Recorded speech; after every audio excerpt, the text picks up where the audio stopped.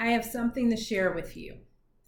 I want to explain my response to our most recent medical drama. To those who wonder how it's possible to be upbeat when faced with challenging news, and to those who wonder if I'm just out of touch with reality. Our son Landon has long QT syndrome, LQTS. Suffice it to say, his heart suffers from an electrical problem. This electrical problem can cause the heart to go wonky. It can cause the heartbeat to become so chaotic that it seizes and stops altogether. Or, if you'd rather, his heartbeat can degenerate into torsades de pointes and further degenerate into ventricular fibrillation and terminate in cardiac arrest. Let's stick with wonky. There are different types of the syndrome and some crossover with the specific triggers. For some types, the trigger is exercise. For still others, it's startle. Landon suffers from type 3, and in almost every instance, his heart woes are triggered by unknown changes occurring in his heart during transitions between levels of sleep. So every time he lays down to rest, he's in danger of suffering a life-threatening event.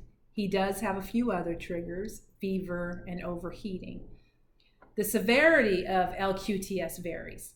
Some people live all their lives without a single symptom, and some people have breakthrough heart events even though they're taking the appropriate medication, and some people die. And there are all kinds of degrees in between. Landon's fragile. Unfortunately, he falls in the category of the more severe LQTS sufferers. He has breakthrough events even on his medicine and even when we're being vigilant. In my blog, I've tried to get away from talking about Landon. I thought that maybe it was time to move beyond his illness. I thought that maybe I was being self-indulgent, that by talking about it, I was staying in a familiar place, a place where I couldn't be disappointed by any more bad news, a place where I maintained a singular focus, my household, and ignored everything else. No plans, no dreams, no joy in the journey. But after last week, I'm convinced that our story and this journey is meant to be shared. In The Lion, the Witch, and the Wardrobe of C.S. Lewis's series, The Chronicles of Narnia, the White Witch has made it always winter in the land of Narnia and never Christmas. Aslan's the Christ figure in the story, and he's been absent from Narnia for generations. But when the landscape thaws and springtime emerges, the beaver says, yes, the animals in Narnia talk. The beaver says, they say Aslan is on the move. Perhaps he has already landed. Our God is on the move, and our story is meant to highlight that truth. God moved in the guise of a tantrum that Landon had last Wednesday. The propranolol he takes for his heart makes him subject to tantrums. After the fit passed, I heard him in his room berating himself. I'm so stupid. I can't even be good. Things like that. I called him to my room and I held him close and told him what a gift he was. I said, do you know the miracle that you are? Do you know how much God rescued you from? Landon, God has incredible plans for you. You're so very precious to him. When you say bad things about yourself, you're insulting God because he made you and he loves you. After that little talk, I emailed our cardiologist, his nurse, and Dr. Ackerman of the Mayo Clinic.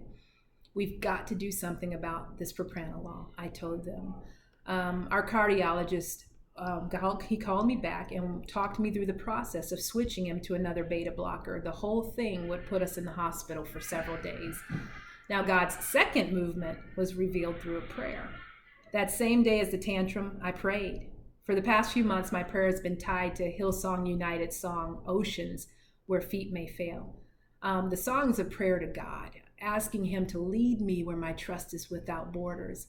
In essence, it says, lead me to a place where my faith is stretched and I'm forced to rely on you. It says, I'm not content to live life safely on the shores when the next place is so much closer to you. And I can only get there if I dare to cross the vast oceans between us. God honored my prayer earlier this summer by allowing me to step out on extreme faith and try this writing thing full time. But last Wednesday, I told God that I was starting to feel safe. I told him that the shore was getting too close, and my faith wasn't forcing me to reach out for his presence or to reach out for his stalwart hand to support me. The waves had become eddies, and I was feeling like I could manage those on my own. My prayer went something like this: God, I'm not asking for anything bad to happen. I don't want anything to happen to Landon. But you absolutely know what this family needs, and I want my circumstances to continue to call me towards you. There's so much more joy in the dangerous journey out here with you, Father, than there was in the safety of the shore.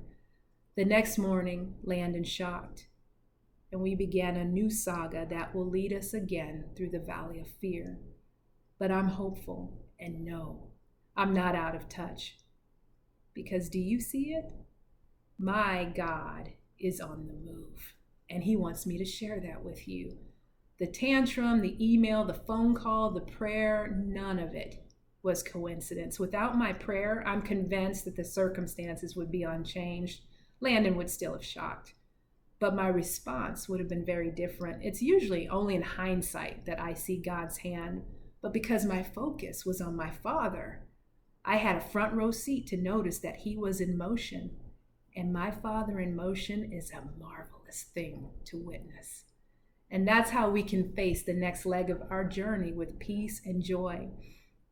It is not because I'm awesome or zen or out of touch with reality. Maybe sometimes.